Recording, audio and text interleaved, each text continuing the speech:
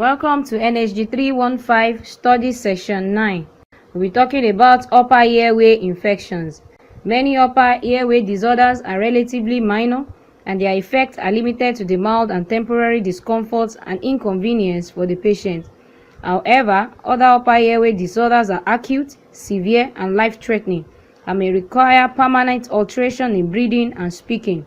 Thus, the nurse must have good assessment skills and understanding of the wide variety of disorders that may affect the upper airway, and an awareness of the impact of these alterations on the patient.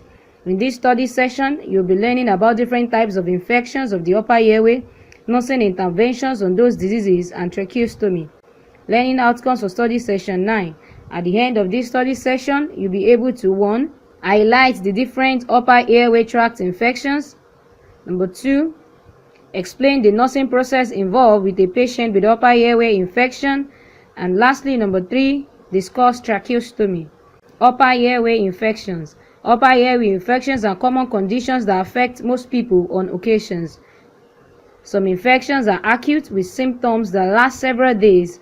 Others are chronic with symptoms that last a long time or reoccur. Patients with these conditions seldom require hospitalization. Common cold. The phrase common cold often is used when referring to symptoms of an upper respiratory tract infection characterized by nasal congestion, sore throat, and cough. The term cold refers to an afebrile, infectious, acute inflammation of the mucous membrane of the nasal cavity. Summary of study section 9. In this study session, you've learned the following. 1. Upper airway infection are common condition that affect most people on occasion. 2.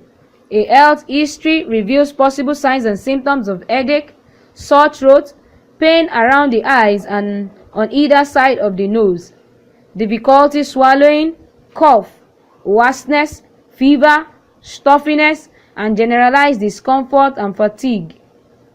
3. The term tracheostomy refers to the formation of a surgical opening in the trachea. It refers strictly to a temporary procedure.